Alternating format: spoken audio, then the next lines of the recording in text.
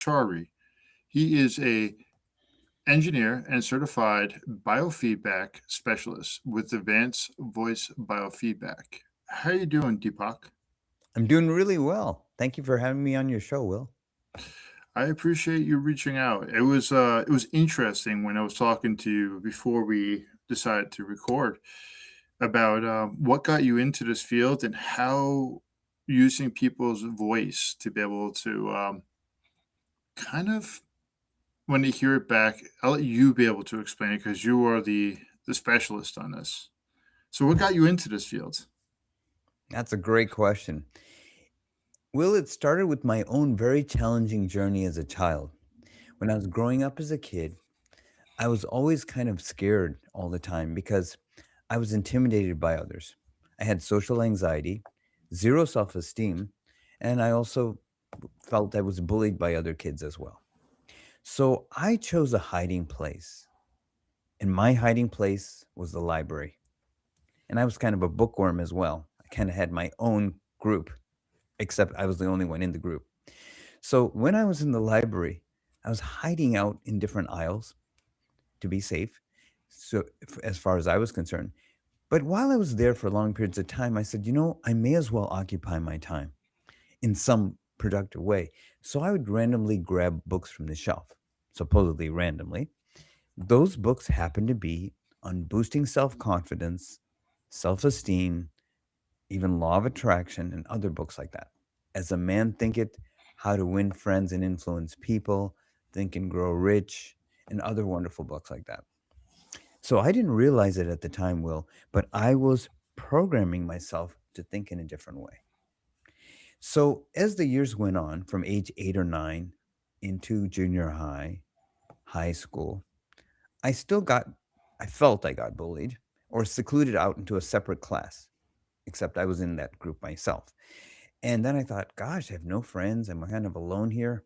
I can't wait till I graduate from high school so I can get out of this childish pattern of these other kids doing this. When I graduated, 18 or so, I went into college to pursue engineering because my father was an engineer. I just thought I'll do that. But I noticed that I was drawing a lot of negative people in my life, as I did one in my childhood, like people who were narcissistic, mean, cruel, manipulative, condescending, gaslighting, every name in the book. So those are my friends, classmates, professors, bosses, supervisors, and even relationships, in this case with women. So I thought, wow, everybody in my life from my childhood, now in my adulthood, they're just kind of bullying, mean, narcissistic. Is this how my life is destined to be? Right. So then reflecting back to my childhood again, I didn't realize this, but I found out later on that my father was also bullied as a kid. And also, he was bullied by his bosses too. And he held all that stress and anxiety.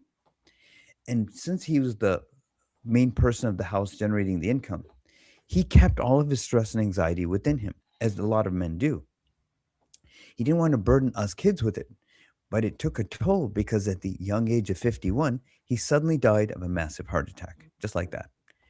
Every morning, I would give him his pharmaceutical medications for blood pressure, and that happened. So I thought, wow, this didn't work. I didn't know all the stuff he was going under. So my sister and I we were teenagers, looked at each other. My mom was a widow. How did this happen? Why did this happen? Then we thought, in the future, could we prevent this from happening to anyone else? And that will lead us on a journey to, in the future, form the Chari Center of Health. Chari is our last name, in tribute to our dad who passed away at a young age, to create a solution so that this doesn't happen again, at least medically. So my sister went into medical school, but she wanted to practice natural medicine after all of that regular training to find natural solutions for these medical conditions for people. Okay. I became an engineer. And then as I was working as an engineer, improving productivity, efficiency, quality control in all these companies, I was observing her change people's lives by healing all their medical issues naturally with no side effects, right? So I became inspired. like, I would like to do this too. I would like to heal people in some way too. And I said, I would like to work in our center. And my sister said, that's great. We formed a partnership, but you don't have a medical background. How are you going to work here? I said, you're right. Then I thought to myself, as a kid, I was reading all those books on the law of attraction and, manifesting and stuff like that. So I said, let me try this out. Universe, can you somehow help me in some way to heal people with my engineering background since I don't have a medical degree? I mean, that's literally what I said. Well, a couple of weeks later, interestingly enough, some friends came up to me and said, Deepak, this guy's going to be speaking in Santa Monica, California. We lived in San Diego at the time, of how your voice reveals all your limiting perceptions and subconscious limiting beliefs, and your voice is the most accurate reflection of it. And most importantly, how certain frequencies that you can actually determine from a person's voice in computer analysis can be sent to the person to release those limiting patterns: anxiety, stress, depression, grief, trauma, whatever it is. So I was fascinated. I go, wait a minute, this is really cool. Then I thought, wait a minute, I have an engineering background and it's technical what he's teaching. Maybe this is something I could do at our center. So I went up to the person speaking and I said, I know you created the software for this technology. I would like to apprentice with you and learn this. So he took one more person on as an apprentice. He said he would take no more, and I was in the right place at the right time. He trained me. He said I got it well. I learned the technique of how to clear these limiting patterns by the sound of their voice. And then after I got that down, because of my engineering background, I said, maybe I can streamline what he taught me. Maybe I can cut some steps down, and get a faster result. And I did. So once I got that down, I call that program my life transformation technology program. It's an adaptation of what he taught me, but faster way, in my opinion. Then I said, let me work on myself first, because you know what? I've been bullied my whole life, attracting these horrible negative people in my life, right? Over and over again. I thought that's how my life's going to be. So I worked on myself. I created computerized voice maps of my emotions, sent the frequencies I needed to release them, felt the sense of peace, which is what you feel when you release these patterns, and it shows it in the computerized voice map as well. Then I said, okay, I release a pattern. Let's see what happens. A couple of weeks later, those horrible people that I had in my life, friends, classmates, relationships, bosses, supervisors, suddenly none of them wanted to be around me. I got fired from those jobs. All those friends who were mean, horrible people left me. Relationships ended. Then I thought, wait a minute, what's happening here? Now I don't have anyone, even though they were terrible people. Well, the good news is, Will, soon after that, a couple weeks later, wonderful people started appearing in my life. Loving, nurturing, compassionate, caring, supportive people. Positive. I didn't even know what that was like. I had no concept of it because I never experienced it my whole life. And the reason I share that with your listeners and viewers is, even if you had a life of just horrible situations or people or events in your life and they keep repeating, you can shift this program and turn it around and have those things that you never even experienced yourself. Because I did. And thus leading me to the journey to clear my own patterns. And then I worked on one person after another till hundreds of people in the US and all over the world benefited as well. But it started with my own journey of being bullied. So where did you grow up? I originally grew up in Toledo, Ohio, a small little town, which was cold most of the time. And when I shared with you I was in San Diego later on, that's because after I finished my master's degree, I said, I can't take this cold weather anymore. So my sister and I moved west, and that's when we formed our Integrative Healing Center. That was in 1999, believe it or not. And I've been doing this work for 20 years. So yeah, that's where I originally grew up. And then we moved to San Diego. And in the last 3 years, we moved to Sarasota, Florida. Well, Florida's nice, so is San Diego. Even Ohio is kind of cute, but it's very, very humid and buggy. Yeah, But it is. It is. My so, classmates are still there. well, so where, and I know you said that your dad was bullied. Where did he grow up? So my parents immigrated to the US in the early 60s. They came from South India. So My father never revealed all this. I found this out later, like, why did this all happen? Because he was used to that kind of pattern, and he was very intelligent and succeeded very well, but that was a pattern he tolerated. And being a new immigrant to this country, uh, he basically tolerated whatever was happening and didn't say anything to anyone. He didn't. So it internalized and came up to a breaking point.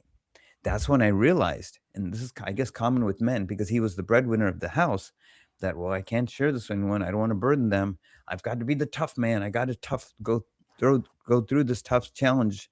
And so he held it inside, and then it led to a medical issue, in spite of the pharmaceuticals that took him out. And the thing is, it could now, with what I know now, I could have reversed that whole process.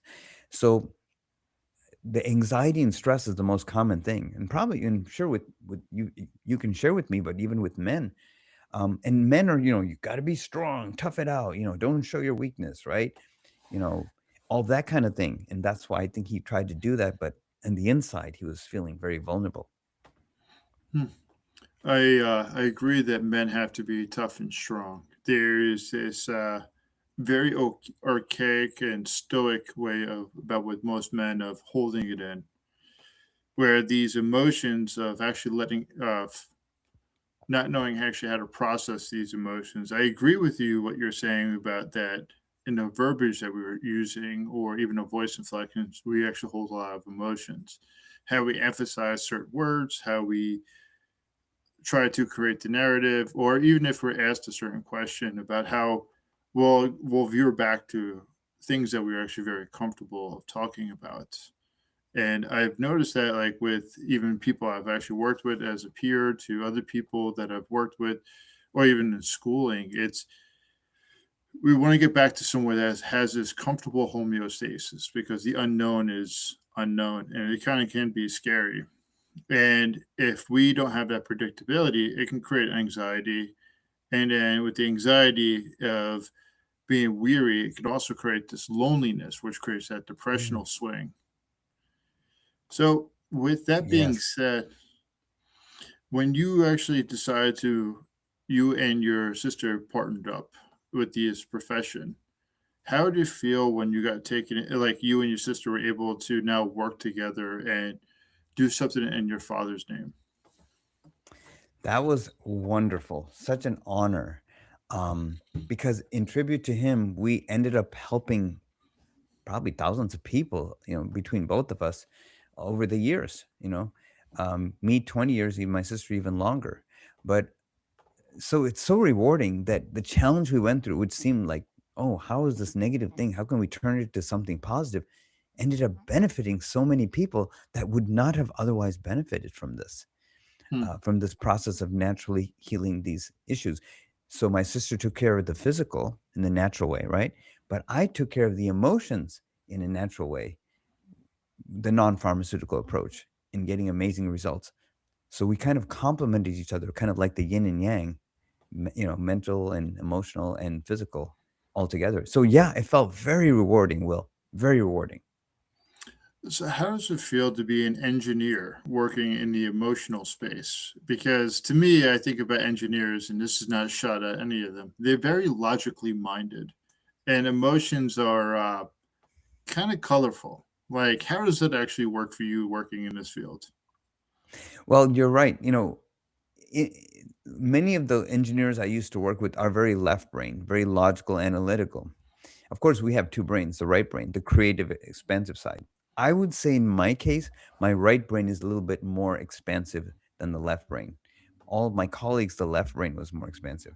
So, for example, when we were working on a project, they would say, well, I think this is the alternative I'll choose for this particular firm. I'll say, well, why did you choose that? Well, it just, felt right based on the data. I said, wait a minute. You intuitively felt that, didn't you? You're trying to justify it with data, but you intuitively felt that even before you did the analysis. Isn't that right? Oh, well, I said, oh, you don't want to talk about that, right? Yeah. A lot of engineers don't want to talk about that intuitive part, but it is there and they do use it. And I was aware that it's there and I just went with it. So in working, having the engineering background, I think that helped me to see the technical side, But the great part is I was able to expand the other side of me, the heart side, as well, and even more so. So I could do this analytical work, but also with the heart as well.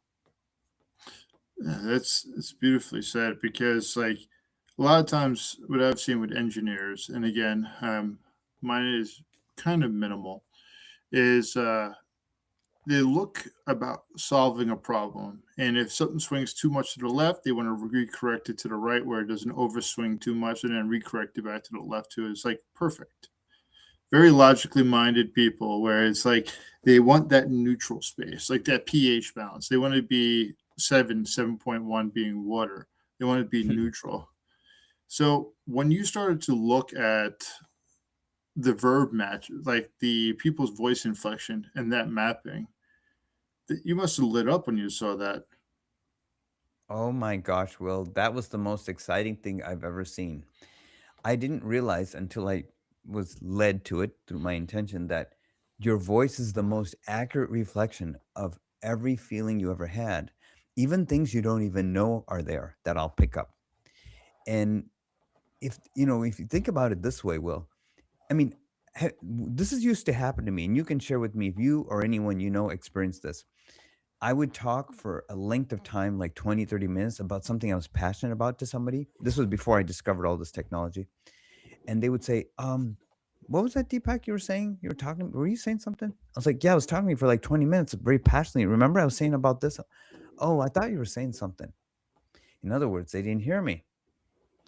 Well, why didn't they hear me? Well, I found there's a science to this. You see, every cell of our body, I think we have 60 trillion cells, I believe, something like that, has a keyboard I found of 12 keys, 12 bass note keys. And if you have these different emotions, anxiety, stress, depression, fears, phobias, even emotional trauma, whatever, emotional upsets and triggers, those different emotions squash different notes of the keyboard within every cell. Hmm. If you have a lot of different emotions, you may squash a lot of the notes, which means you're not being heard, which is what happened to me. And if you're not being heard, guess what? You're not being seen also or acknowledged. So that's why that happens. So when I do this process with people, I reverse engineer it. What that means is if these different emotions are sitting on those keys in our internal keyboard, instead of trying to figure out what the heck is that emotion, it doesn't even matter. I get that key to play, resonate that key. This is known as sympathetic resonance. That was stuck, that never played. Maybe they had the depression for 20 years, 30 years, whatever. Get that key to play, and whatever's sitting on it, let's say the depression, cannot coexist in otherwise harmonized environment that I'm creating. So when that piano key that hasn't played all this time starts to play, it lifts off that emotion sitting on it just lifts right off. And you'll feel that emotion, that person will feel that I'm working on will just feel that depression releasing, anxiety releasing, frustration, anger releasing, fear releasing, whatever it is. And they'll feel a sense of peace, like, like that. But it'll also shift their perception of what they thought of the previous incident. Like, for example, my God, Deepak, that person wronged me. I should have got that raise. I deserved it more than that other guy. I was betrayed. Okay, they're really upset. I do this process. They feel like, oh. But what I'm doing is unwiring the previous way of looking at things, releasing the emotional charge, and then rewiring it in a completely different way than they ever had before. What that does is creates a new perception of the same incident. So, in other words, I release that emotional pattern, and then I said, what do you feel about that guy who took the job you should have had, that promotion? Well, you know what? Yeah, that guy was a jerk, but you know what? I'm one now wiser because of that. I became smarter because of that. I'll make better decisions. I'll also study things differently as far as how to advance myself. Maybe I wasn't as prepared as I should have been also, and he had that knowledge. So they'll say this on their own. I didn't tell them to say this. So that's another cool thing about it. Your perception shifts. But again, it's based on the voice. So how come when I hear certain people speak, and I've just noticed it this year, vocal fry? Are you familiar with that term? Say that again. Vocal fry? Vocal fry. Okay. Are you Can you tell me familiar a with little bit? that? I'm not familiar with it. Sorry. It's like nasally valley girl, like Oh, elongated, like just irritating, not natural. got it. It's just very nasally. Why does that irritate somebody? Do you understand like do you understand the Yeah. mechanics of that? I do, I do. I'll give your listeners and you a analogy of this. Let's say we go into a club, okay? And there's a beautiful piano there, and I play piano. I'm not a perfect person, but okay. And you say to me, "Deepak, play my favorite song." I'll say, "Sure, Will. It's not even my favorite song, but I'd be happy to play your favorite song." So I start playing it. When I start playing the song, you go, "Deepak, stop playing it. It's really irritating me. It's actually getting me upset." What? But Will, this is your favorite song. Why is it irritating you? I thought you like it. I don't know, but when you're playing it, it just irritates me. Okay, I said, okay, let's go take a look at this piano a little closer. This piano is 400 years old. I noticed the keys are stuck. Some of the keys are stuck when I try to play it, and they're out of tune as well. Well, guess what? If we're saying a positive message, even a positive message to somebody, what we think is positive, if we have unresolved emotions, remember I said those squash different keys of our piano, Mhm. internal piano, inner cells? That's why I'm giving you this analogy. So you're saying you're playing I'm playing the piano, I'm just talking my normal way, but the notes are out of tune and they're stuck, and the song doesn't even sound the same, and it irritates us. So their voice irritates us because certain emotions are squashing different keys, and some are out of tune as well, so that when they're talking, it's like, it's just like, ugh, stop talking, guy. I mean, you're irritating me. That's why. You see, there's a carrier wave on their voice. So you're speaking to someone, right? But if you have an unresolved emotion before you do a speech, let's say in front of an audience of people, let's say somebody's girlfriend broke up with them right before they give a presentation on improving relationships, okay? It's a positive, let's say it's a positive conversation.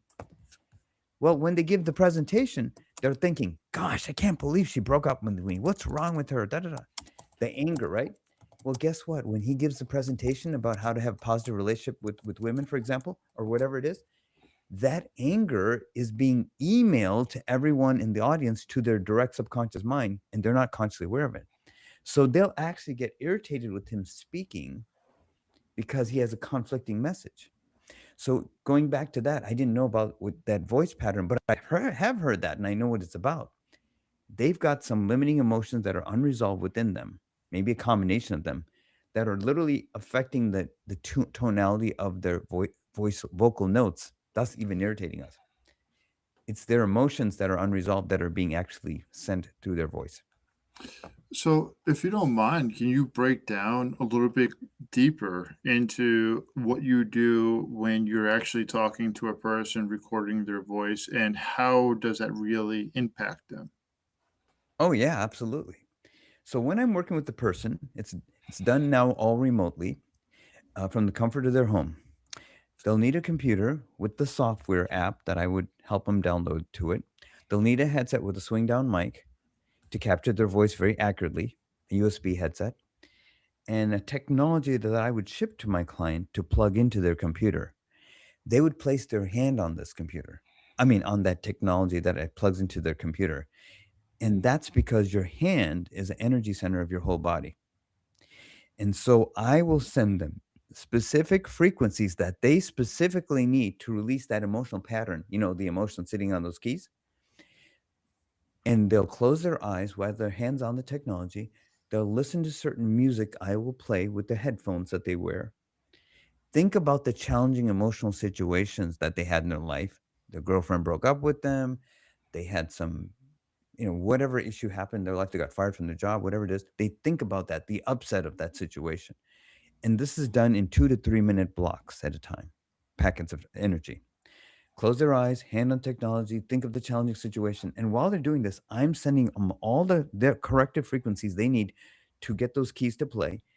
And it's literally unwiring that previous trigger connection. Hmm. So let's say they're really upset on scale of 1 to 10, right? I do one round, which is a couple minutes. Then I'll measure their voice again. I'll say, "Tell me again about what happened in that situation." They'll repeat that same thing. I already know the story, but I'm listening not to their voice, but to the energy of their voice. Then I'll do another voice map analysis and I'll say, "Okay, the charge has dropped." And then I'll ask them also, I know it was a level 1 to 10, it's a 10. What number is it now? It's probably like a 7. Okay, let's do another round. Every session I do, by the way, is an hour. And Hmm. then we keep doing that. 7, 6, 5, it'll keep dropping. They may have had this for decades, who knows? Um, Now it may not sometimes it may take more than one session, but it'll definitely drop significantly even in that session, a Hmm. fraction of the time they had it. And guess what? On their own, they will have a new perception of that scene. Like, how do you feel now about that scene once I bring it down to, let's say, a 1 or something? Well, you know what? It's all right. You know what? I became stronger as a result of this unfortunate situation, this breakup, being fired from the job. Actually, I didn't like that job. Actually, I'm going to look for a job that I really like or a relationship that's much serving me much better than the one I had instead of trying to maintain a horrible relationship. So they see this on their own, not me, because I'm literally unwiring the unresourceful connection with the harmonics and frequencies and scalar waves and releasing the emotional charge, step two, and step three, rewiring it in total different optimal way. Hmm. Does that help to a certain extent? Give a guideline? It's interesting because when you are hearing your own voice and you are giving back a different pattern, how do you choose the inflection, or how do you choose about creating the changes? Is there a scientific method about when you're giving the person the ability to listen back to their voice, but just at different pitches? Well, they're not actually listening to their voice at all. I'm listening to their voice and not the words they're saying, but the energy of their voice. Hmm. In other words, I'm creating an emotional heat map of their emotions. So it's not actually the words they're saying, and I'm not playing their actual voice back to them. I'm sending them specific harmonics and frequencies and other advanced technologies to them based on the limiting emotional pattern they had. Hmm. So, for example, if they had grief from a breakup or something, I will send them very specific frequencies and harmonics related to releasing that specific emotion, getting those specific piano keys to play.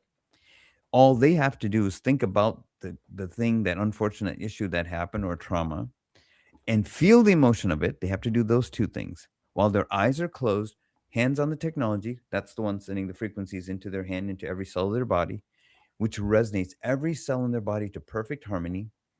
And any disharmonious thoughts that are not serving you will want to just leave your body. They'll Hmm. actually feel it leaving. Interesting.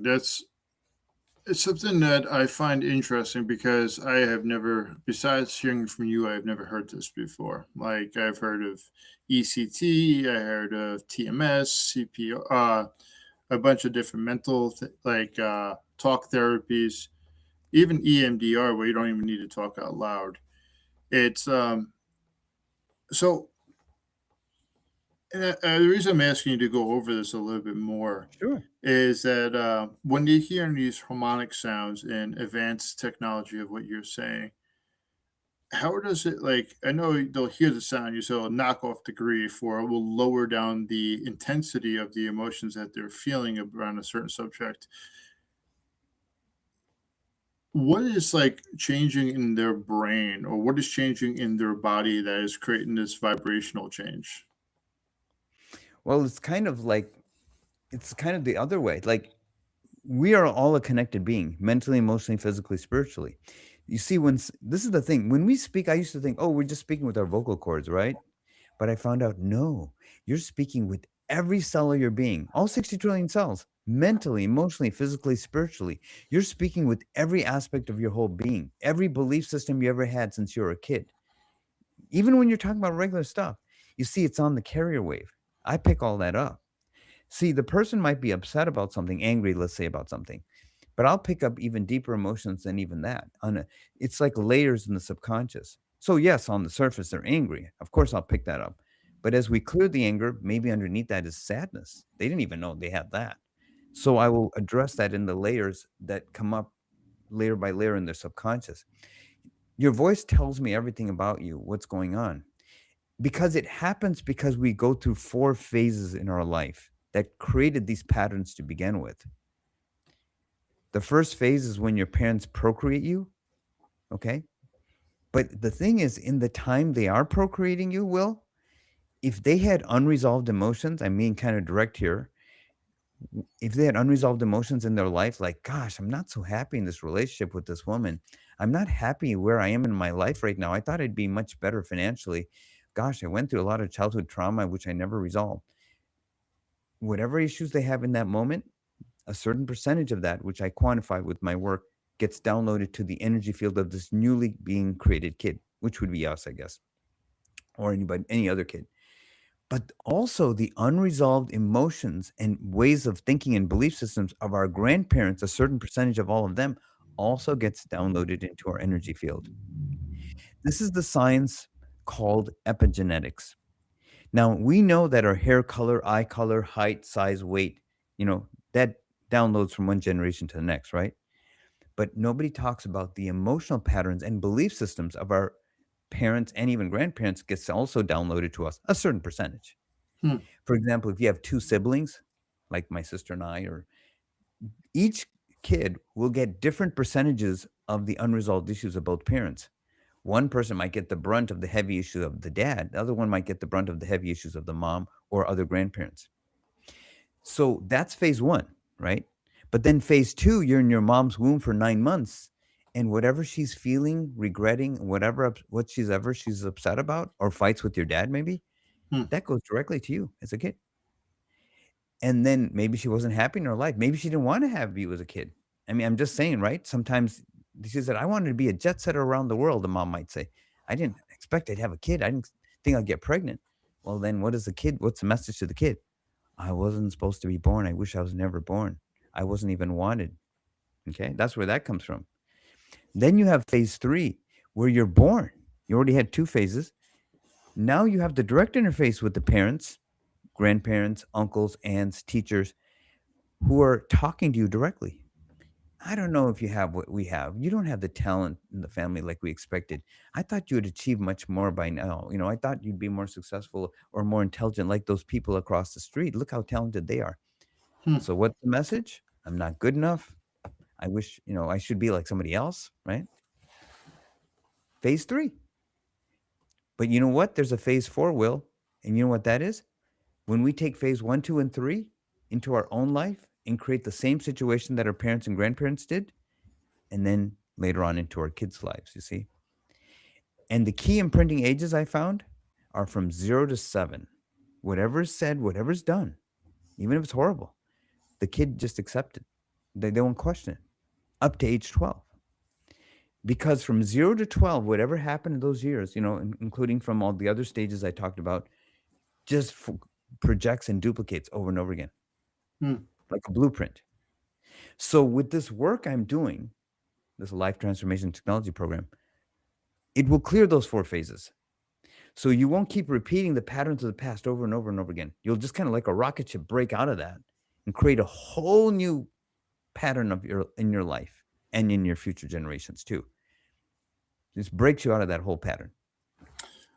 So, what is the success rate, or what is the? I'm trying to think about the clinical way of saying it, but what Yeah. is the what is the So rate of you actually being able to achieve success with a person after one or, and then also what is the rate of them not regressing back to their comfortability or their normal homeostasis?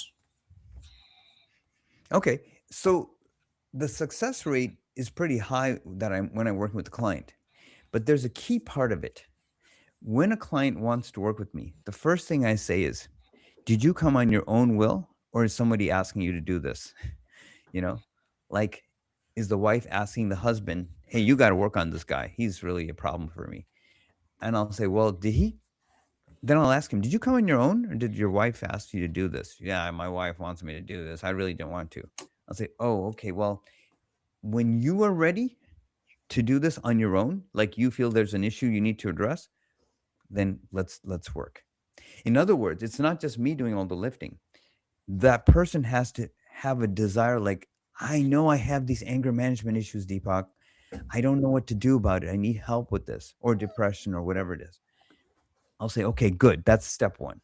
You're admitting you have a problem, an issue, and you want to resolve it. You may have an issue, but you say, 'Oh, I don't have any issue,' or 'It's not a big deal. I'll figure it out.'" Well, then it's not going to work. So, in Hmm. answer to your question, the first step is they have to understand they have an issue, and they have to want to clear it. They don't have to understand my process or technology at all. Okay. I worked on a lady who was 90. She didn't understand it all, and it worked perfect. So, that's step two. And third part is they need to participate with me in the process as I'm guiding them what to do. If they're kind of like, well, I'm not going to do what you're saying, it's not going to work. I'm just going to be blunt. But if they don't have to understand a word I say, but if they just follow what I guide them to do, it will work beautifully. So as far as the compliance goes, for those there were some people who wanted to they said they want to clear some stuff, but I realized just by their voice they actually were resisting. They wanted to prove me wrong. And what did Henry Ford say? Whether you think you're right or think you're wrong, you're right. You're absolutely correct. So he said something like that, right? In other words, no, he said if you believe you can, you believe you can't. You're right. So if they believe like, oh, I can't release this, well, then it'll be proved right because they don't subconsciously want to release it. But if they have a desire to do that, but they have these self-sabotage patterns that kind of hold them back, yeah, that can help with that. Hmm. So the success rate is very high as long as they participate with me in the process. Now, going back to your next question about the number of sessions and regressing back, I start out with a set of 9 foundational sessions. Why? Because I talked about those 4 phases to you that we all go through. I have to clear it at that level. In other words, I have to clear the imprints that you unconsciously downloaded when you were a kid. It's phase 1, 2, and 3, and 4 from Hmm. your mom, your dad, your key childhood events. We've all had them. Like I was bullied. Some people had mental, emotional, other abuses too, psychological abuses. I've got to clear those imprints from your childhood. Once I've done that, then I go to what's going on in your life right now that's holding you back. Well, I'm frustrated or I'm upset. Okay, let's take care of that. Then I say, what relationships did you have currently and in the past? Because if we don't clear the relationships you had currently and in the past, they're going to repeat into the future. It'll just project forward. So we cleared that next. And then lastly, we cleared the imprints that you picked up from your grandparents. Not necessarily all the grandparents, we don't have to do all of them, but the ones that from my computational data showed that they had the highest percentage of download to you. So if 9 is the baseline, probably from 9 sessions, we would have cleared the parents and some of the key childhood issues. And we're probably at the place where they are now and starting into the relationships. Now, that's the starting point, the 9 sessions, you see? Because ultimately, you want to clear the whole matrix. But I want to mention also, Will, along the way, even if we do the first 3 sessions or 4 or 5, they're going to feel so much better, even after the first couple. Like they'll feel lighter, happier, not as triggered. People will start listening to them. Things will start flowing in their life. The law of attraction seems to flow well for these people as well, without them even saying affirmations, even as we're moving along the way. So, Deepak, question for you. So, one of Yeah, the listeners actually said it's a two-thirds recidivism rate on it. Do you recommend people working with a therapist while they're doing this with you? Yes or that's a great. no? And the Okay, go reason ahead. I'm asking this question is because actually being stuck, there's a reason people like to be stuck, even if they say they don't want to. But how does it actually look like to move past that in a healing manner and actually having new relationships? Yeah, well, the reason that happens, feeling stuck, and that's a very common thing I've worked on, is because your subconscious wants to keep you in a box. It wants to keep you safe, even if it's self sabotaging to your health, happiness, and success in all areas of your life. Now, that may not logically make any sense, but guess what? Logic is only 1 to 5% of our total mind, and the other 95% is the illogical subconscious mind. Every thought, feeling, emotion, like in a random way, just all put together. That's why our dreams are so crazy sometimes. So, the thing is, if you're looking at it from a logical point of view, you'll never figure it out. The subconscious wants to keep you in a box. It wants to keep you stuck, safe. So when you try to get out of it, it'll say, "No, no, no, stay back in." So what I do is I communicate with the subconscious to kind of basically open up, like say, "Okay, let's just stretch this here a little bit. Let's just stretch this here a little bit, okay? Just a little bit." And it's like, okay, I guess that's all right. Yeah, I'm used to it now. Yeah, now this is the levels I'm going to keep. Well, actually, it was this before. And then I keep expanding it. Then the person thinks outside the box. Then they don't feel stuck anymore. So that's an actual pattern. It's an actual voice pattern when someone feels stuck or trapped. That's an actual voice, emotional voice pattern that I can clear. And then Because your other question about therapist, I'm an engineer and biofeedback specialist, as you know. I'm not a therapist. Some people were seeing therapists while they're working with me. No problem. We're just working on different playing fields.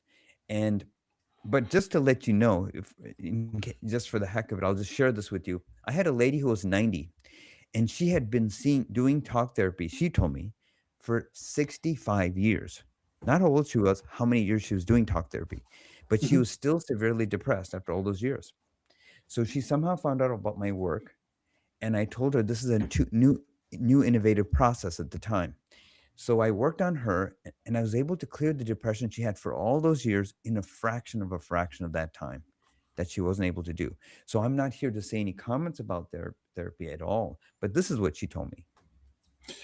so when I look at therapy, talk therapy, the evidence-based therapy, the ones that imperial based therapy, it's what I find is that we're all in different areas, and when we are willing to try something new, like people, the new, I don't want to say new fad, but people call it a fad, the psychedelic phase, where you are now working on the subconscious as far as ibogaine, ayahuasca, psilocybins, MDMA, LSD, and when people are willing to give it all and actually say, "Hey, I'm here to actually work," that's when we start noticing it almost in all these spectrums of like modalities, I should say, of actually healing. When you are looking at your own healing, and honestly, I think what you're doing is pretty cool because I have never heard about this. Like, I just did a thing called TMS, which is transcranial magnetic stimulation, and it really helped out with my depression. I've actually did psilocybins before, and it actually helped me change up my narrative. But I've also done a lot of talk therapy.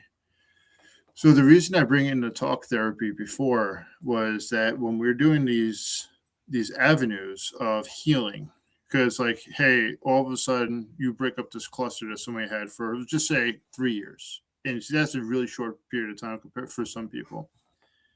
That 3 years, it was serving a purpose. And now, what does it look like when it goes past those? Like, now they're looking at the modality a little bit different. I'm sorry, I got myself a new puppy. So both of them are actually deciding that it's a great idea to fight underneath my feet. Um, They're cute. they're awesome. And like when I did a lot of my healing, a lot of my heavy lifting, it was really weird. It was a void. It was the patterns I had to choose if I wanted to look through the trauma lens or I wanted to look at it through a different lens. And that's why I was asking, what do you suggest to people when they're working with you? To speak to a life coach, to speak to a peer specialist, to a therapist, or they can get, obviously, they're going to get a lot of benefit out of you, but the most bang for the buck, to work in tandem with you. Yeah, I mean, because there's not much talking when we work. I mean, because once I create the computerized voice maps, I have them close their eyes and think of the emotional situation, then challenge they were in. And that's the most of the session. It's very little talking. I just get the intro from them of what the challenges and tribulations are, but then we map it out like that. But if they say, Deepak, I want to talk, for, at length about what's going on in my life, I'll say, we can talk a little bit, but if you want to really talk with someone, definitely get a therapist or life coach or whatever you like. That's fine. And some of my clients did that. They had a life coach and therapist also to work, because they wanted to talk about different things going on. But I'm mainly there as a engineer kind of person to say, look, you have this challenge. I'm here to release it for you. And of course, I'll talk to them. It's not that I won't talk to them, but like my goal is to deliver these frequencies in a timely manner in our session to basically release these patterns they've had their whole life. Hmm. So, yeah, you're right. Some people want to talk about it, and that's totally cool. That's totally fine. I'll say, "Yeah, go ahead and get a life coach, get a therapist. We'll work in tandem. There's no conflict." Well, I appreciate that. So, Deepak, where could people be able to find you if they would like to inquire about your services? Yeah, absolutely. Well, so what they can do is they can go to my website, which is www.fastanxietyhelp.com. That's FASTANXIETY help, HELP.com. When they go to that website, they can sign up for a complimentary 15-minute consult with me. No obligations, just so they can share with me whatever trials, tribulations, upsets in their life is going on, struggles, and what they want, what would they like to have achieve in their life, what are their desires to have, and I will map out a program which I customize for each person uniquely of how I can take them from where they are, the challenge they are now, to that freedom place that they would like to be at. There's no obligations for this 15-minute consult. I also encourage them when they go to the website, besides signing up for the 15-minute, they can also check out the testimonials I have there because I have so many people on there. And they might connect to some of them, say, "Yeah, I had something like that." And it might inspire them as well. So Hmm. that's what I recommend. Well, I appreciate that. And obviously, like you mentioned before, men with depression and anxiety, this is be extremely beneficial for them so that they don't have to need to be able to speak about it and how it's actually been helping. And you have your own testimonial about it.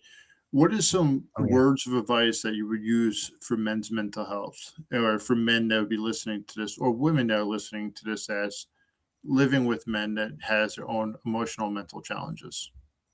Absolutely. For both of them. Um, I would say this: regardless of how long you've been suffering, how long you're trying to keep the stronghold, if you're the man of the family, or trying to keep it all in, trying to keep it together for everyone, taking all the burdens on yourself, but not wanting to share it with others, so you don't want to burden them, which is what happened to my father. That didn't turn out well for him, my father, but for all of you men out there, or women too, you're burdening yourself by taking on everyone else's issues as well as your own and keeping it to yourself. So it's not serving, for sure, anyone else, but it's definitely not serving you, in mentally, emotionally, physically, spiritually. So all I was going to say is, don't try to say, "I've got to hold it in for everyone. I got to beat the stronghold." No, it's important to be vulnerable and to be real with what you're feeling and to express what you're feeling. And even if you're not used to doing that, you're used to keeping it all in, that's where I can help you. I can help tune in to what's holding you back so you can be able to communicate openly about what's bothering you. But I'll help you release also whatever it is that's challenging you so you can live a life of freedom, peace, joy, and liberation. Well, I appreciate that. Deepak, thank you so much for your time. Thank you, Will, for having me.